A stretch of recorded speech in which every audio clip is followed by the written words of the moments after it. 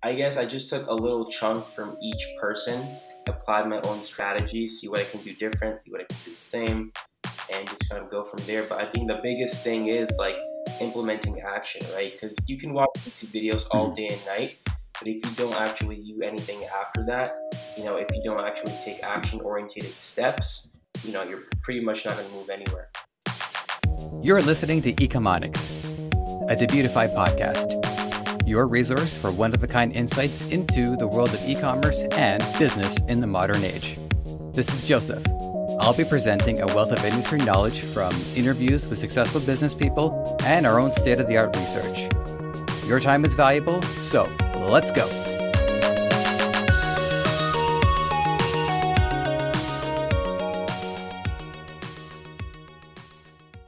Yash Shah, aka Yashizcoo, Dropshipping Council member, founder and operator of both Straightline Media and Ecom Masterminds, has quite a lot going for him. In this interview, we delve into his dropshipping strategies and shed some light on the way the industry is perceived from the outside. And on the inside too, as a matter of fact. Here on Ecomonics, a Debutify podcast, positivity and light reign supreme. I know you believe me, but have a listen anyways. Yash, good to have you here. Thanks for being on the show. Likewise, thank you so much for having me. It's been a pleasure each and every time, and I see no reason why this one would be any different. First step, the step of all steps, is tell us who you are and what you do. Yeah, for sure. So again, thank you so much for having me on. I'm super excited to shed some light, give some insight to your audience. So yeah, like you said, my name is Yash. I'm originally from New Jersey. Currently, I've been in the e-commerce, specifically the dropshipping space, for a little over 3.5 years now.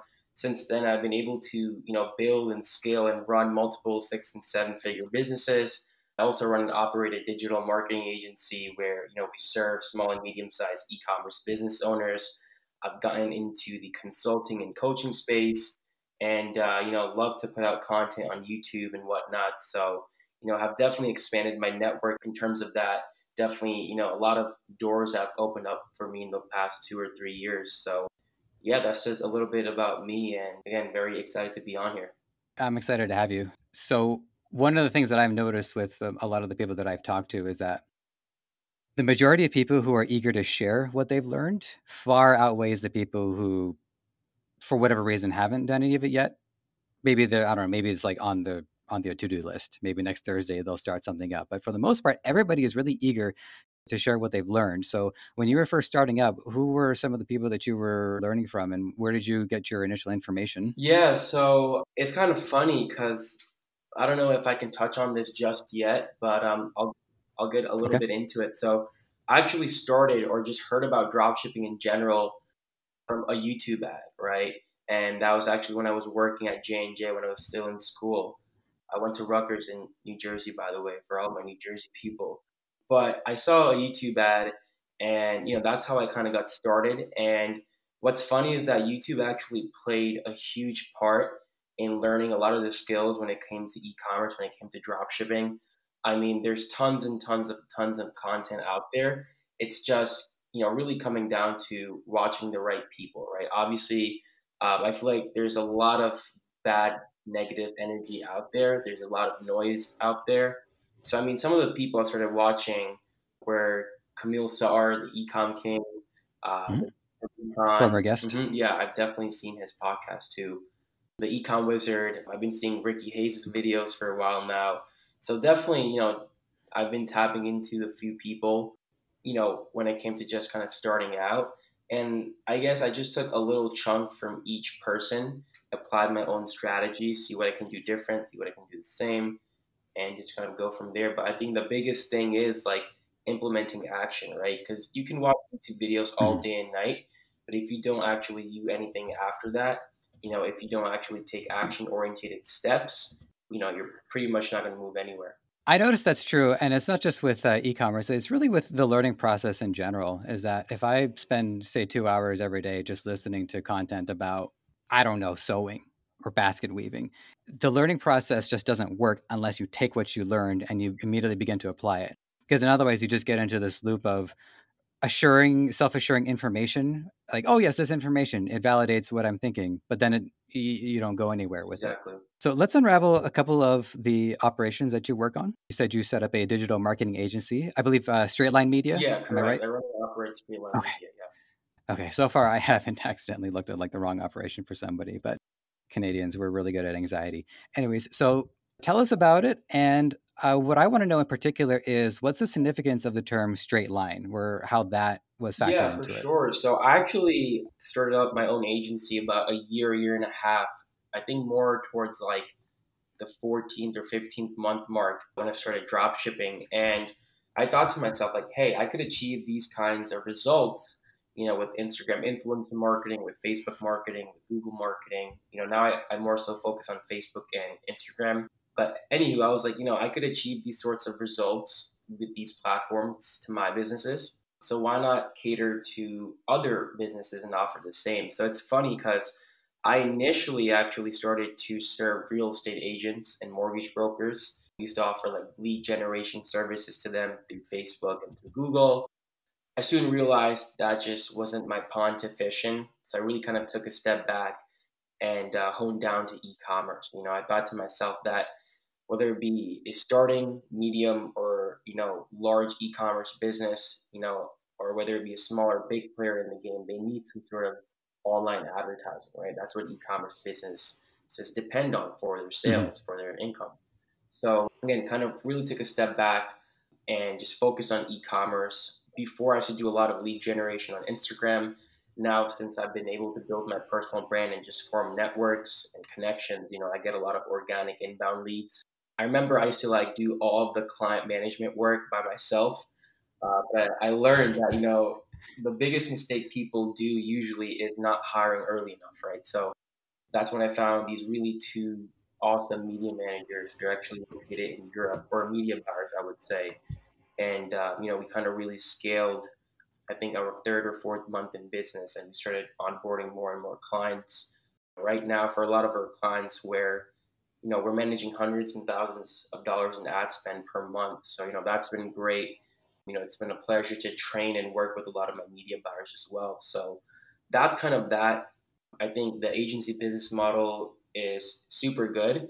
It's super rewarding in the sense that you're driving results to other businesses, right? And we really focus on our deliverability. That's where like the name Straight Line Media comes from. There's not really too much like of a story behind that. It's not really too personal or anything like that. It's just that we're Sure. really, result driven. We're really result focused. And we really make sure that we only onboard clients that fit our company culture, right? Clients that we know that we're going to be able to drive results for, because at the end of the day, like we want to retain that client. We want referrals from them. We want to make really good case studies from them. So that's kind of where the name came from, and I just stuck with it since then.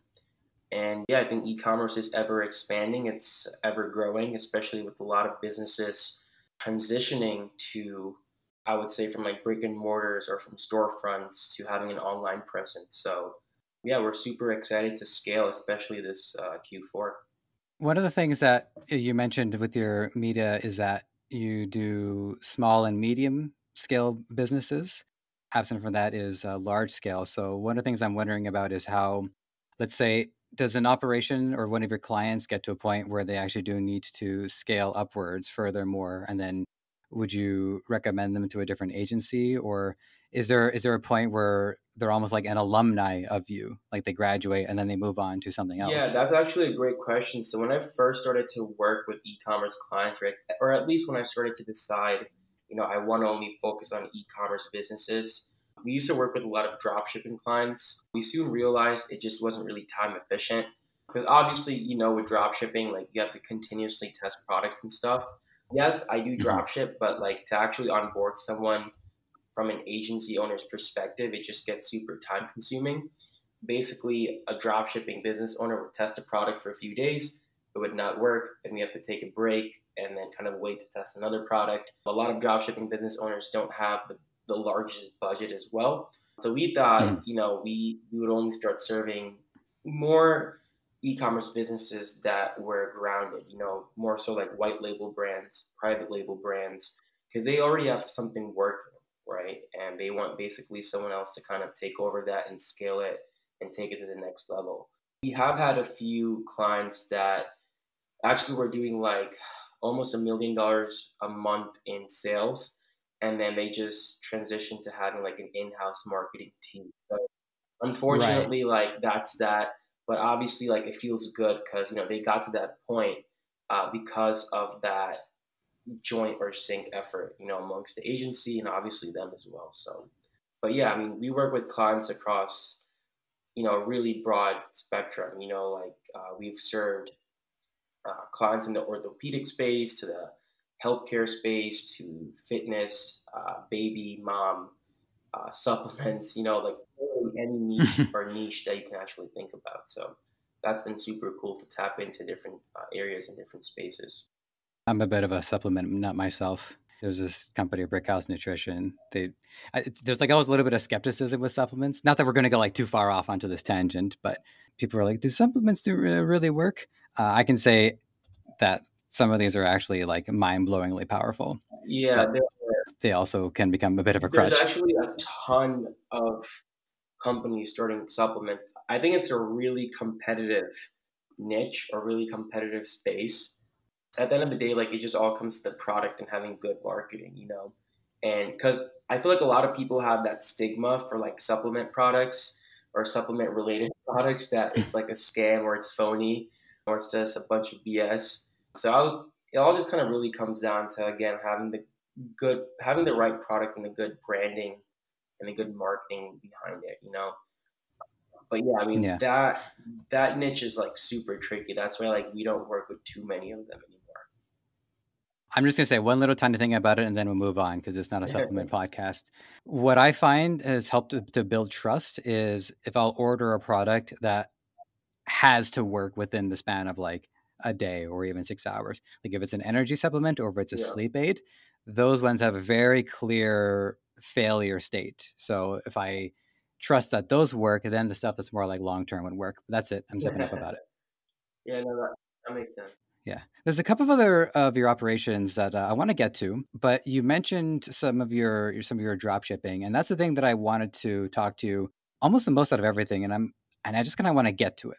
So I looked at some of your YouTube videos, and this is probably one of the more recent videos. It was a 30-day Shopify case study. The total revenue was 134,000, but the profit was 18,000, which is still nothing to balk at. Like that is for some people, that's half a year's salary, which you pulled off in 30 days. So you bang out what 6 or 7 of those a year, you're looking pretty good. But the reason why I wanted to hear you expand on it is because I think that's going to help illuminate people what the actual takeaway is versus the almost pie in the sky figures that the revenue might lead people to believe. Yeah, absolutely. So, and this is what I mentioned in that video too. So I obviously use Facebook as my main source of advertising, right? And I had a span where or a time frame where the ad account was disabled, or it actually got disabled about like 6 or 7 times within like a week and a half. So a lot of those days, what happens when the ad account gets disabled is that it loses momentum, right? The ads lose momentum, it loses optimization.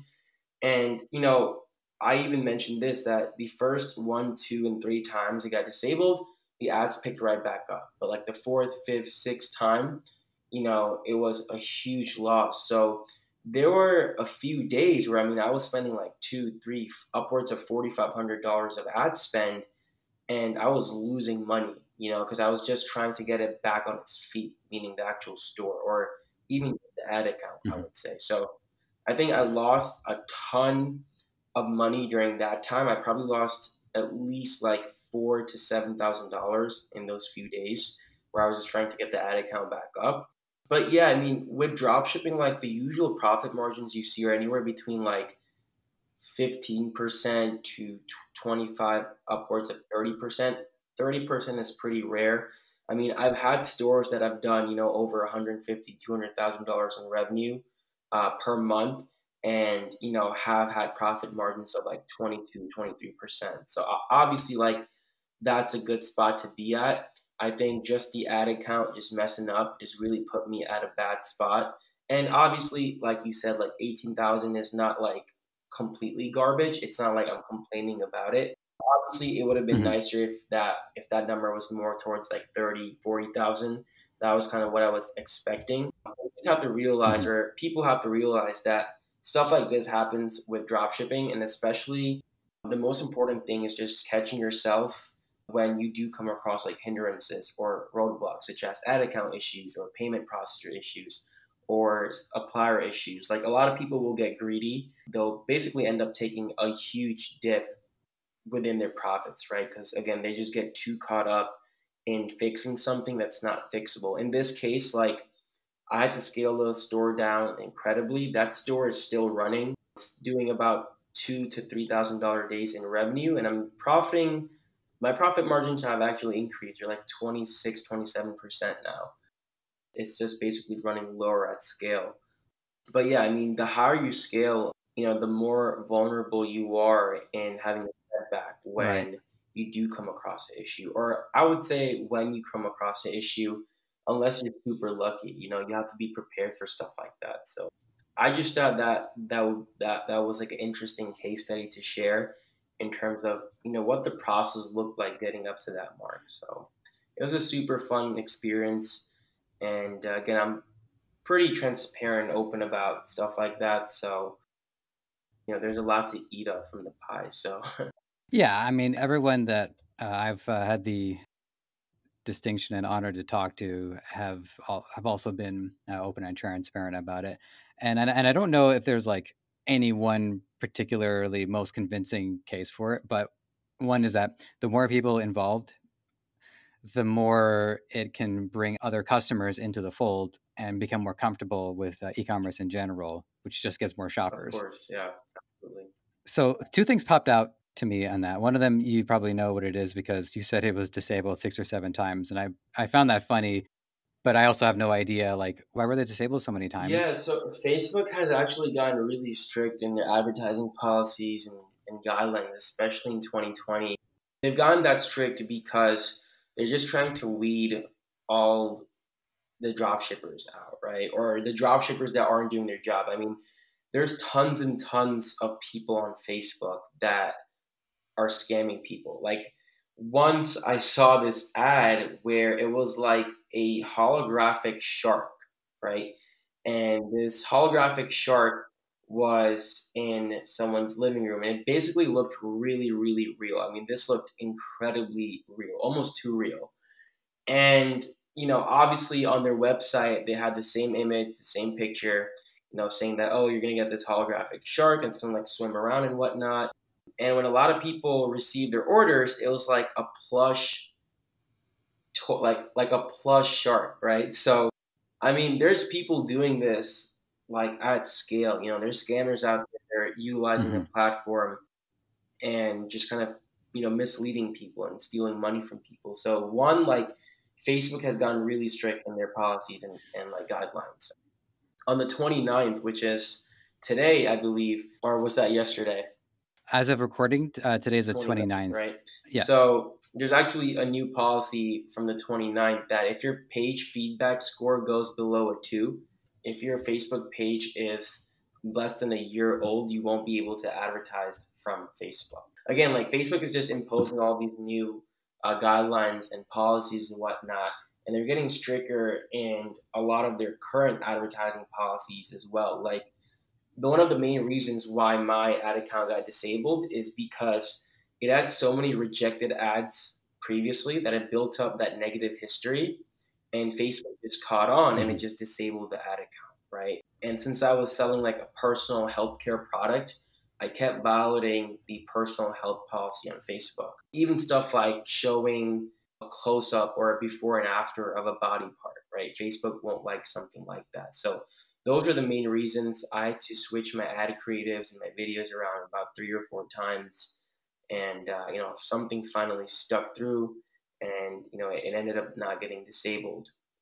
So again, those are just like the everyday Obviously not every day, but those are just like the normalized things that happens with Facebook. You just have to be careful and just try to push through and go around it like the clean way, So Yeah, there's just so many different things that can occur, and it's one of the reasons why I encourage listeners to really listen to each and every guest that we have on the show, because everybody's tackling these yeah, little issues, and it'll just make it easier for the next people. Just as people who tackled issues made it easier for you to get started on it.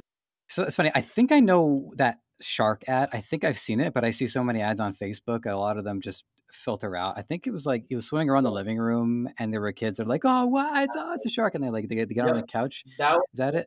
Yeah. Okay. I remember. Yeah, that stuck out, but I didn't realize that was for a product. I thought that was just like I don't know, like a demonstration of Yeah, VR that's what I tech. thought too, but it's actually for a product, quote unquote. And my buddy was telling me like a lot of people got like stuffed shark animals, instead of that holographic shark that was displayed on the ad. So I mean, it's incredible. Like obviously not in a good way. What just people will do, just to get quick money. There's this one ad that boggles my mind, and maybe you've seen it, where it's usually an advertisement for like a mobile game, and there's a person, and he's got this perplexing puzzle in front of him where there's like gold, and then there's lava, and then there's water, and then you have to pull on the different levers to try to preserve the gold and not get doused in lava. And like 8 different games are all using this one ad, including a game that I recognize, and I think, why don't you just use footage from your actual gameplay? Like this ad has no representation whatsoever of it. So I don't know. I think that maybe some of these game companies are just like outsourcing the advertising to an agency. I think that's what they're doing. It's just pretty much the easy way out. And a lot of the consumer market, especially like the older population, they aren't as educated about things like this. They're very easy to fool. They're very vulnerable. So even though they Hmm. might not be purchasing or looking into something for themselves on Facebook or on Instagram, even, it's maybe for their grandkids or their children or their nieces and nephews or whatnot. I don't know. So that's like the danger for a lot of consumers when it comes to advertisers just taking advantage of stuff like that. Obviously there's a way of marketing, there's a way of smart marketing, but a lot of people just fall into that place of unethical marketing. Right. Yeah. Because it always work on one person first. Like the first person who sees that ad will fall for it, but then they see it again, and well, at that point, too bad. They've already invested their time or money into Exactly. it. Yeah, I mean that's why Facebook's getting stricter and stricter every single month. They're imposing all these new guidelines and policies because they just simply want to weed all the bad people out. It's just as simple as it gets. So it's definitely understandable Yeah. from a platform's point of view, especially when it has like over 1 billion users. So. Over 1 billion. That blows my mind. But it is Facebook, so I understand. The other thing that stuck out to me in your case study was that you were just saying about how when something, especially a dropshipper, when they scale quite high, that leaves them more vulnerable. So based off your own experience with scaling, what are some of the foundations or what are some of the safeguards that you've put in place to scale safely, let's say? Yeah, so first things first is having a good supplier, right? That's the main thing because you do not want to delay getting your orders fulfilled. You do not want chargebacks, disputes, and all that stuff going on. So I was actually using a private shipping agent through one of my networks. I think Camille actually introduced me to her, which was great. And then once I started getting a few hundred orders a day, I transitioned into using a fulfillment center, right?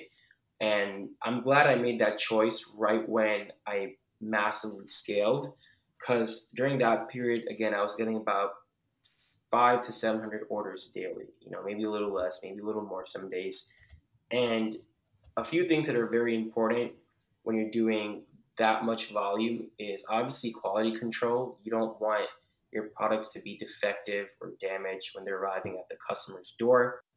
Having good shipping times. You don't want your customers to wait months and months and months or even weeks, maybe 2 or 3 weeks because of COVID.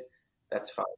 Mhm. Having just good, reliable communication between myself and the supplier. What else? Just having tracking info being updated as well, when it comes to on the Shopify platform.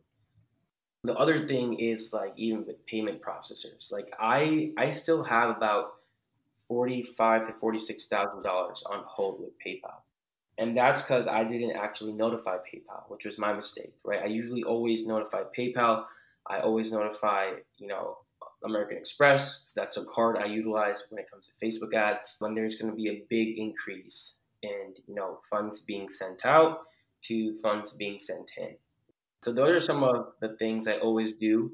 Also, just hiring VAs for order fulfillment, customer service. I mean, having good customer service is so important.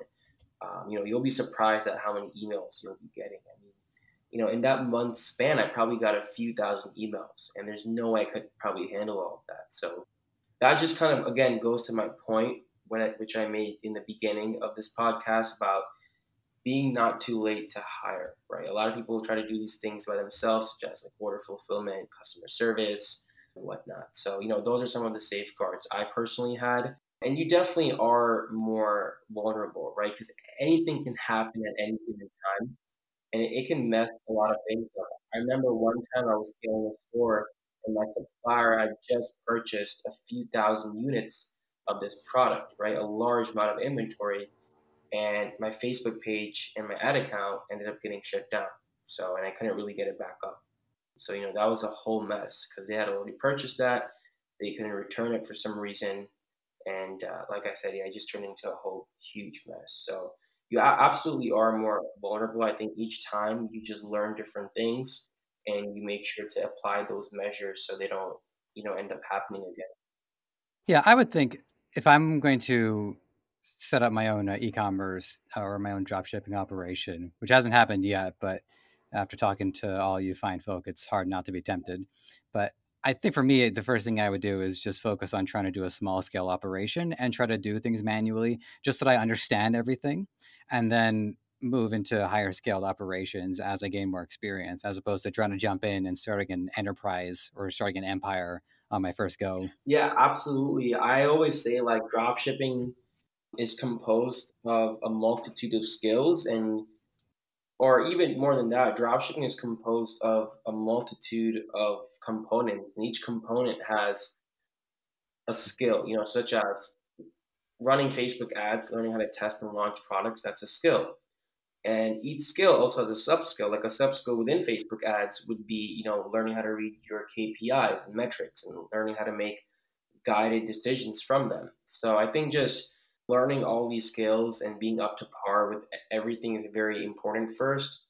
Just someone yesterday on Instagram hit me up and he's like, "Hey, I'm trying to, get into drop shipping. Do you think it's a good idea to outsource the advertising part, to an agency, or should I learn and do it myself?" Right. So that's what Mhm. that's what I told him. I'm like, yeah, you can definitely give it to an agency, but then when they don't deliver, you're going to be confused as to what went wrong. You're not going to know anything about what went wrong, or what they did, or how they tackled it. You're not going to really even know the process they followed. That's what I did. Like for my agency, even I used to handle all the media buying myself for all my clients, and then ultimately, obviously, I did outsource it. I trained, two great media buyers. They were very skilled themselves as well.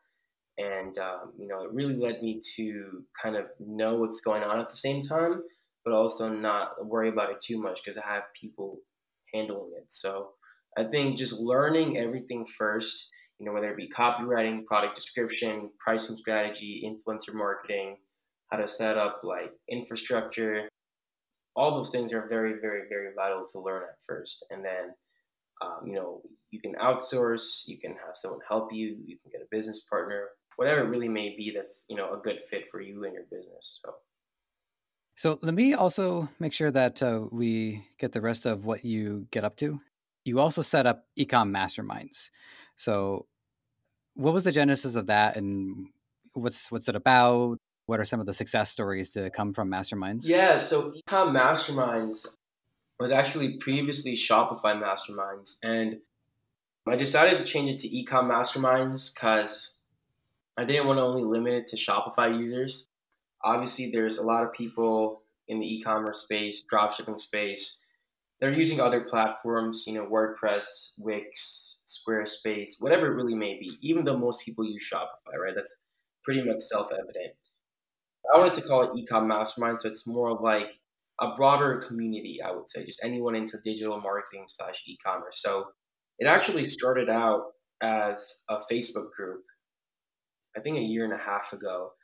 And my main purpose of starting that Facebook group was, again, just to keep it open for intermediate, beginners, advanced players, doesn't really matter. And my main thing was to post update videos on there, to post, kind of little snippets of what I learned just across through my journey. And I saw that more and more people started joining it because I was really active on it. A lot of my closer buddies joined it as well. They were also in the ecom, dropshipping, digital marketing space. And over the course of time, like I started to do live streams on it. I started to do Q&As, giveaways, and we're almost at 3,000 members now. And I know there's tons and tons of Facebook groups, specifically in the e-commerce space, and a lot of them have like 40, 50, 60,000 people. But a lot of those groups, again, I'm not really bashing any particular group. It's just what I've seen, through the years. Is a lot of those groups have like a lot of hate and just spam content. A lot of people are inactive on it. So I really, really, really want to create one of the best e-commerce communities on Facebook, right? Through that group at least. So again, like I said, we're over 3,000 members now. I also launched my Ecom Masterminds Incubator Playbook, which is a great handout for beginners.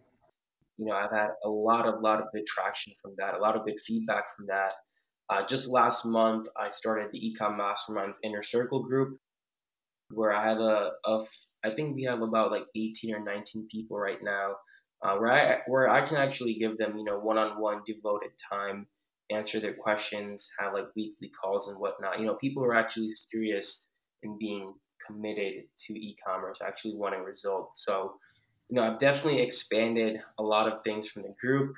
I've met a lot of people from the group, made a lot of close friends from the group, had a lot of success stories just by people following the group, but not only myself posting, a lot of other people posting, sharing my YouTube videos.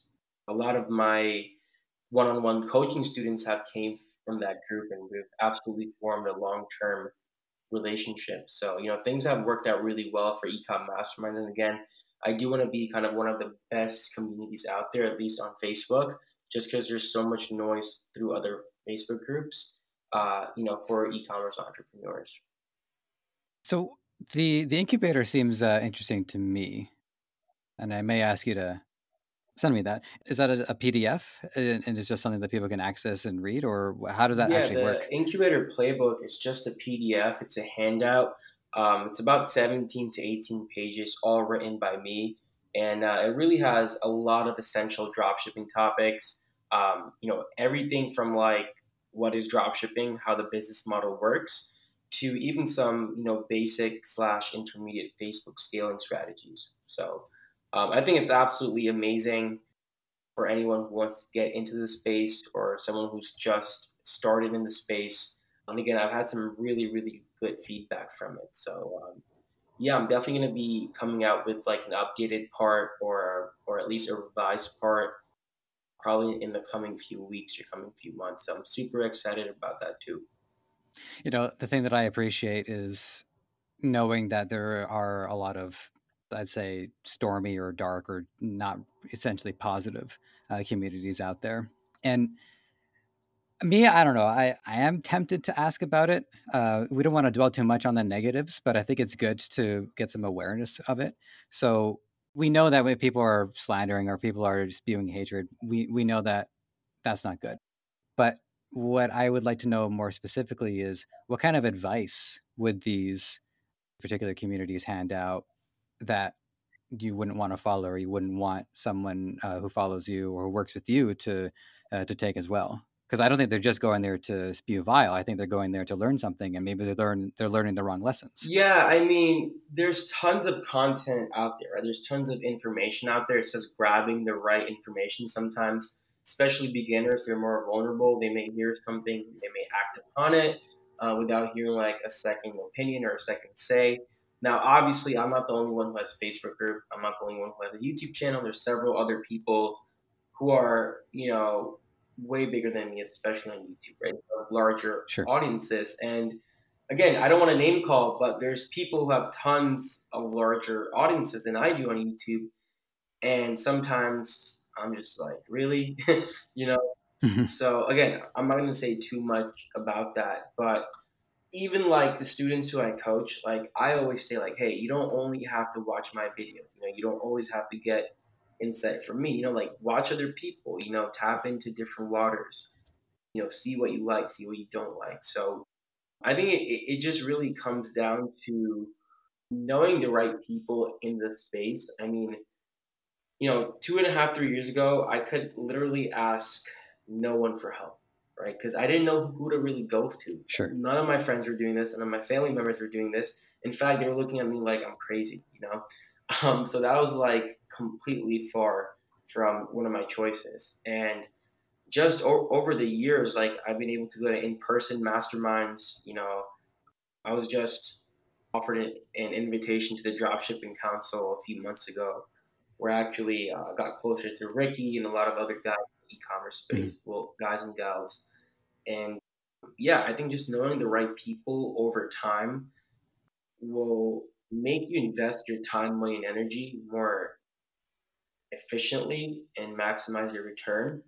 I feel like you're gonna make wrong decisions when you first start out. It's okay to make wrong decisions. Like I've been scammed straight up by like a lot of people on Facebook, on Instagram, where they've just took my money and ran away. But it kind of all comes down with not so much the process, but more so like the learning experience, right? Not being just too vulnerable and making smart decisions. And feel free to reach out to someone, like even if you don't really know anyone, go to Reddit, like go to Yahoo forums. I don't even think that even exists anymore, right? Or like Yahoo Answers, is it? I Oh, never you know with never know Yahoo. Yahoo. Yeah, I think there's. Like they had a TV service once. I only know that because they did season 6 of Oh, Community, really? but that was like an 8-year gap of like Yahoo is still doing stuff. Yeah.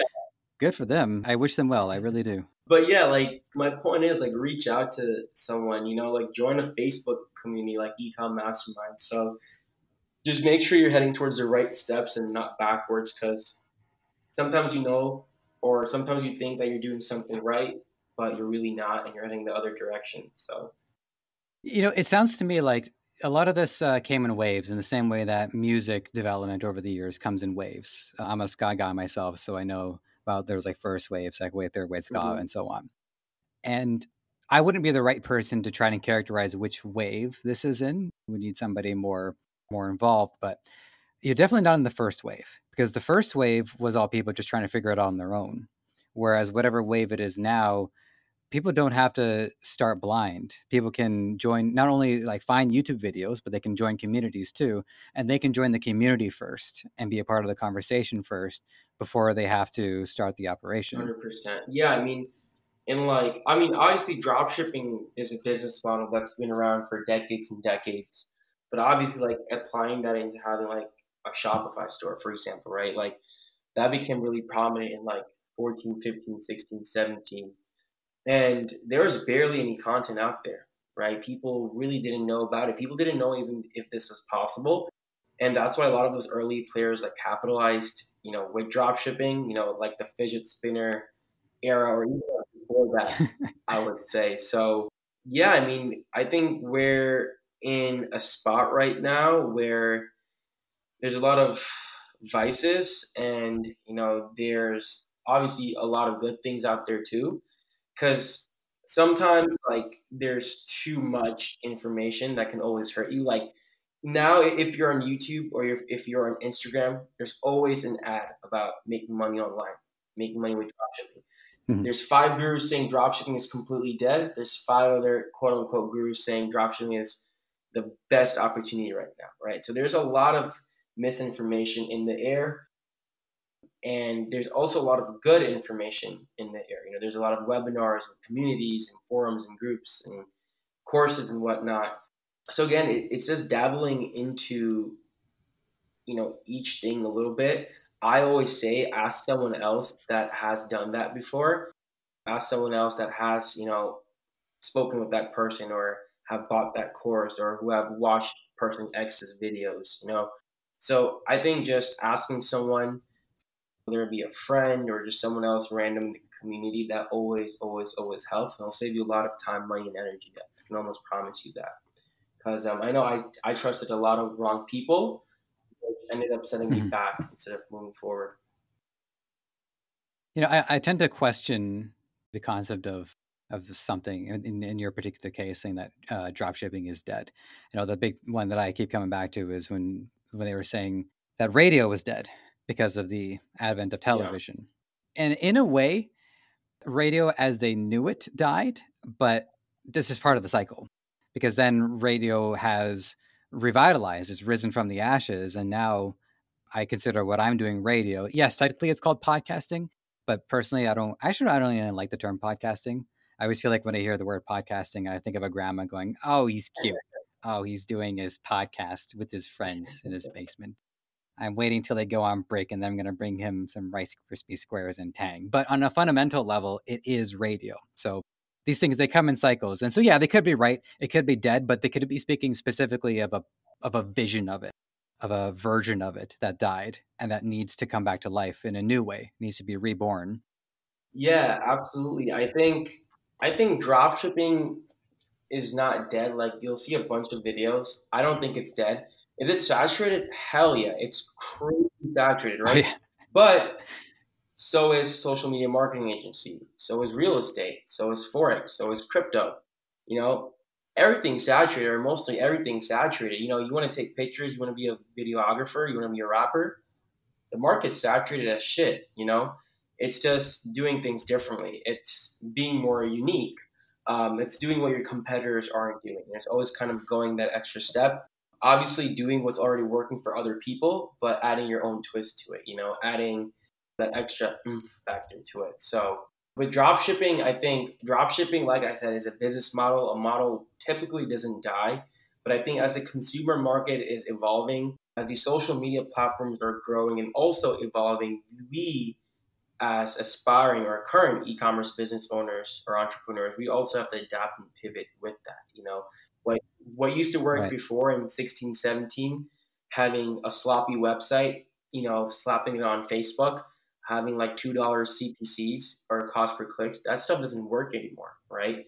So my point is, like, what used to work before doesn't work anymore, or if it does work, it works in a little bit of a different way. So that's why I focus, especially from this year, a lot on micro branded dropshipping, you know, and making sure my website looks trustworthy, making sure my customer has a sense of confidence once he or she visits the website, having good images, having good ad copy, having good quality video creatives. All that stuff is very important. And that's why I call it micro branding, because obviously Mhm.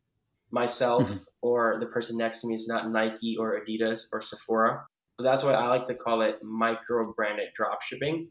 And I specifically focus a lot on one product drop shipping. You know, there's no right or wrong way to really go about it. I mean, you can have a general store, a niche store, a general niche store.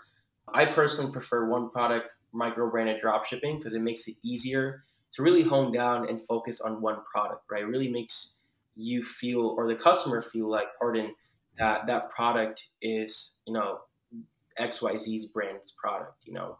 So that's what I've gotten to focus on a lot. That's why I teach to a lot of my coaching students. That's why I teach a lot of to my communities. You know, one product micro branded drop shipping. Even though if you don't have a one product store, focusing around that one product, at least try and brand your store. You know, make sure the color schemes are good. Make sure there's that sense of congruency on your store. Basically, same goes with like your social medias, right? Just giving importance to every factor contributes into micro branding. You know, not only do you have to have a good website, but you know, do you have good warmed up Instagram and Facebook social media accounts? Do you have, you know, good quality images? Are you running a good video creative, like I mentioned? So these are factors that contributes into micro branded dropshipping, and it's more so because the consumer market is getting a tainted, generic, spammy, shitty looking stores. Pardon my French, but Mhm. yeah, it's just that stuff like that's just not gonna work long term. It's really not. I think like 2021, it's like, yes, you can still dropship, but your store has to be really branded. Like that's why I haven't really announced this public, but I'm really thinking of stepping away from drop shipping like Q2 of next year and just focusing more on like private labeling or even white labeling here and there. Yes, I'm still going to be teaching about drop shipping because I think it's pretty much a good entry point to start into entrepreneurship, into e-commerce. I was there at one point. It's good to learn the skills and to build that capital and that cash flow.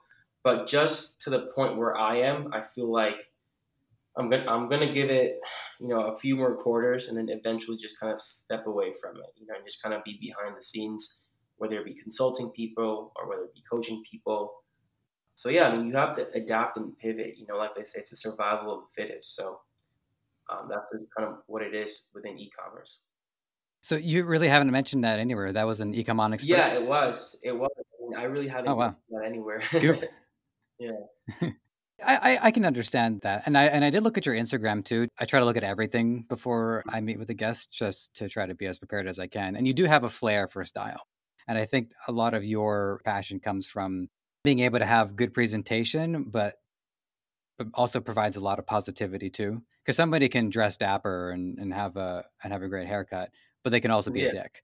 Whereas you're doing all of the right moves, and you're trying to present an aura of positivity with it. And I can see that you wanting to embed that into brands, into micro brands and white labels, or whatever it is that you're Yeah. working on. So I wish you well. I'm sure you'll do. I'm Thank sure you'll you. do I good. appreciate that. You're welcome. So you mentioned very briefly about your invitation to the Dropshipping Council. I was going to ask you about that because I wanted to basically, I'm going to talk to anybody on the Dropshipping Council just to kind of put the big picture together of how everybody joined that. So you said you were invited, which is not what I would have thought. I would have thought that you were going to apply to it. So how did they reach out to you? Why did they reach out to you? And what is the Dropshipping Council doing for you? Yeah, for sure. So in a way, like yes, I was invited, but I still had to apply. I was actually invited. Oh, I see. Yeah, Invited I to was apply. actually or Okay, referred fair. to by Camille, the Ecom King. I know I probably mentioned his name like a few times, but he's one of my really good buddies, or he's been one of my really good buddies for the past few months now in the space. So he's actually one of the founding members of the Dropshipping Council that first got selected to be part of it. And he's like, hey, I think you should definitely apply, check it out, see what they have to offer. So I applied. I had like a little bit of a interview, like a little showcasing. But basically, it's for anyone who has spent, I believe, over $50,000 on advertising collectively, and anyone who has done $100,000 or more in sales within 30 days, right? Those people are eligible to apply to the Dropshipping Council. But yeah, more than that, I think, it's a great community. I mean, when I joined not too long ago to where we are right now, it's a much bigger, expanded, and diversified community. We have dedicated Slack channels, for copywriting, for Facebook ads, just a whole bunch of stuff. We also have exclusive partnership deals with like a lot of content creation companies, a lot of supplier companies, just a whole bunch of stuff. So I think it's a great network, and it just really depends on you and how you want to utilize it, how you want to go about it. But I think it's a good thing to really tell who's really in it for real to who's really I not. see. Now, obviously, there's tons and tons of people who are making money legitimately, who are obviously it won't be in the dropshipping council, but I think it's still a good trust factor, just kind of having something like that. So it's definitely good for my personal brand. That's one of the main reasons I did it, just to be super honest. But more than that, to Mhm. be kind of just super tightly connected in a close knit group to, all of these 6, 7, 8 figure entrepreneurs. I mean, Ricky Hayes, Camille, Peter Prue. I've really gotten the chance to network with a lot of people. So yeah, that's been great, and I hope we continue growing as a community. We onboard some more cool, dope people who are making a lot of money, who have a lot of insight to share. Mhm. So yeah, that's been super super great to be a part of over the past few months. I think people should definitely apply if they qualify for it. Last week, I got to talk to Shashir, who was the founder of it.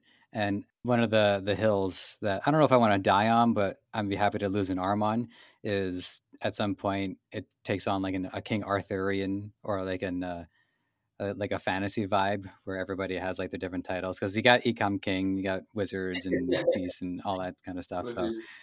I will lose an arm on that hill.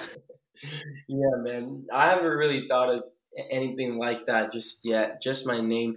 My name on YouTube is obviously like Yashizcoo, and it's Mhm. funny because it's not like my actual last name, which is Shah, but people Mhm. actually used to call me that when I was in middle school. For some reason, they had that nickname for me. So I just carried that over. I think no one really even asked me so far, like, why is your YouTube channel Yash Isku? But I just wanted to make it something witty, maybe something different. I don't know. So I just really went with that.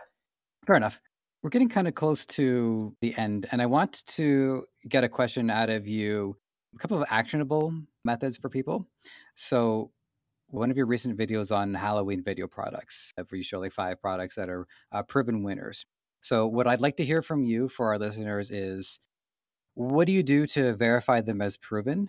And then you also have a workflow where you talk about selling for your store type, gender, potential interest, and creative types. So let us have it. Yeah, for sure. So I mean, Q4, these next 3 months are, the most biggest months when it comes to e-commerce, right? I mean, business owners are making 50 to 80% of their annual revenue, annual sales within these 3 months. And I think Halloween is a great mini holiday or mini time to kind of capitalize on Halloween products.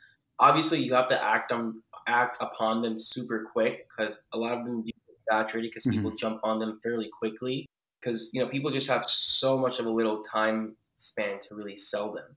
And you obviously got to make sure it gets to them a few days before Halloween, if not at least a day before Halloween. So that's that. Sure. Like even a lot of products, like once you become adept at product research and validation, and once you spend money testing products, you start to recognize like a lot of seasonal patterns, a lot of seasonal trends. Even besides seasonal, you start to recognize like a lot of product criteria, right? Kind of becomes more of your gut feeling. You strengthen your market intuition, you strengthen your market logic. That's just kind of what comes, with being in this space for so long. But I think the biggest thing I do to validate a factor is the product has to be a wow related factor product or a unique factor product. And that's because if you're going to use Facebook and Instagram to market, you have to understand the platform, right? Google is more of an intent based search platform, right? Facebook Right. and Instagram, they're forms of interruptive marketing. You're interrupting someone's pattern. There's no one who goes like, hey, like, let me wake up and let me go on Facebook to see if I can find a product today, or let me see if I can go ahead and Right. shop for some products on Facebook. No, there's people on Instagram and Facebook looking at pictures of their friends, their family, their dogs, their neighbor, whatever it really may be. So you're interrupting someone's pattern. And right when someone sees your ad, obviously the ad has to be good, but right when someone sees the product, they should be like, oh wow, like I really need this. So that it has to be an impulsive buy, right? That's like the main thing I see within a potential dropshipping product that I'm going to test. Like if I'm selling this, for example, this JBL speaker, oh, it's another speaker. Oh, I'll probably get that from Best Buy or Amazon. Or what's so great about it? There's thousands of speakers out there. So that's not really impulsive. Now, obviously, if you're like JBL selling it, that's a different story because they're already a trustworthy brand.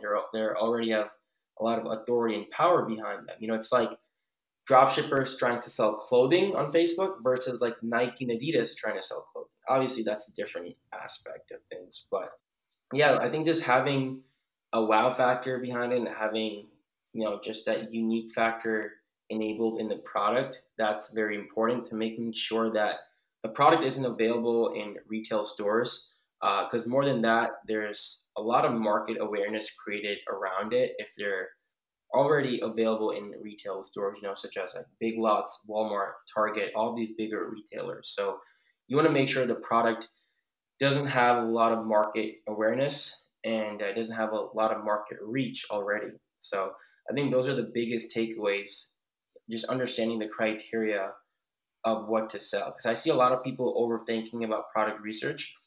And it's really not that hard, right? Like you don't have to reinvent the wheel, especially if you're a beginner. As long as you see that something's working, you can go ahead and hop on there before that curve increases or before that curve plateaus. So just think about it like that.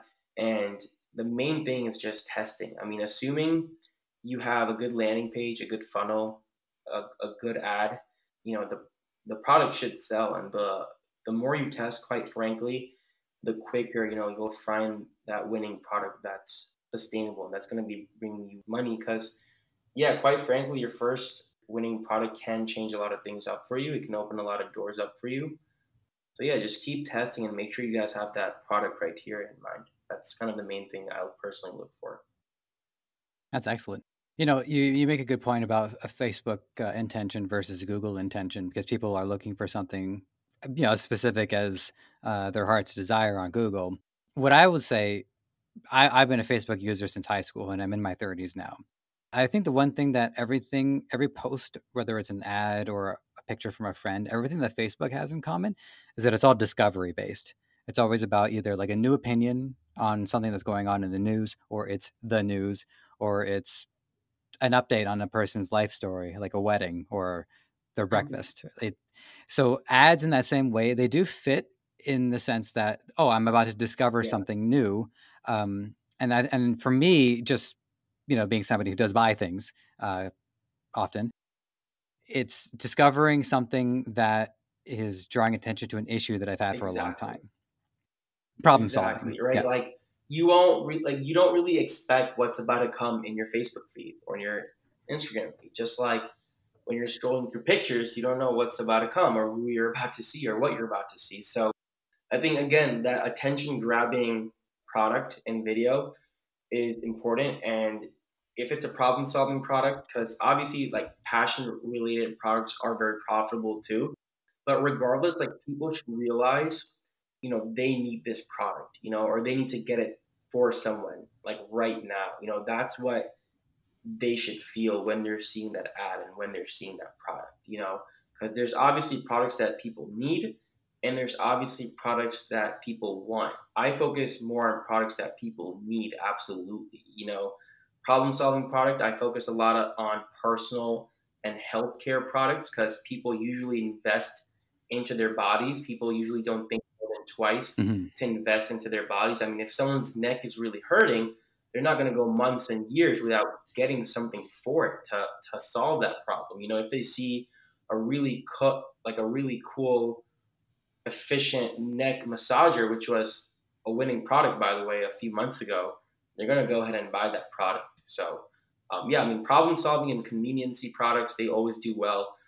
Products that, deliver value to people's day-to-day lives, products that people can use on a day-to-day or weekly basis, and products that people absolutely need. They're solving a current task or problem, or they're making that task or problem easier. It's saving them time. It's saving them, 10 extra trips down the stairs. I don't know, whatever it really may be. Those kinds of products usually work really well because they sell for themselves for the fact that they contribute to someone's lifestyle, right? So that's kind of what I really look for. Obviously, you have like your passion products for Valentine's Day, that couples buy, for Mother's Day. Those are very, very much of a good sell as well, because usually people say people buy with emotion, justify with logic. Those kinds of products, people almost fully buy with emotion. There's very little logic that goes behind those kinds of products. In terms of evergreen products that you may even want to white label, turn them into brands, look for problem solving products. Look for products that contribute to people's lifestyle, that what they're getting in return is more than the value of the product. It's like a Netflix subscription. Like people are paying what, $8, $9 to $10 a month, but in return, I mean, they can binge watch their favorite TV shows and favorite movies. And obviously, the feeling that they get out of that, the entertainment they get out of that is almost priceless. So that's kind of the same mindset you have to, bring on to product research. Exactly. And then with Netflix too, it compels people to use it once they've subscribed to it because they're paying for that month. They need to actually get on that and they need to actually start watching it and start forming those watching habits. Otherwise, they're Well, they're not really investing their money very wisely in Yeah, that it's like a case. lot of ecom based subscription models too. I mean, that's like a whole other topic, but that's also very, very opportunistic too. You know, sending out actual subscription boxes, a product or products on a month to month basis.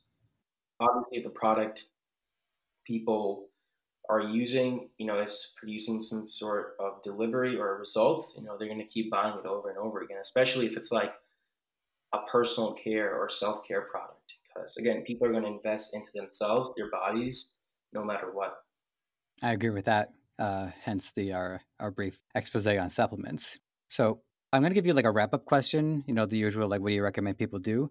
But before that, we've talked about white label a couple of times, and I do want to hear your take on what a white label is. I know I could just Google it, but I do want to hear what your take is on it.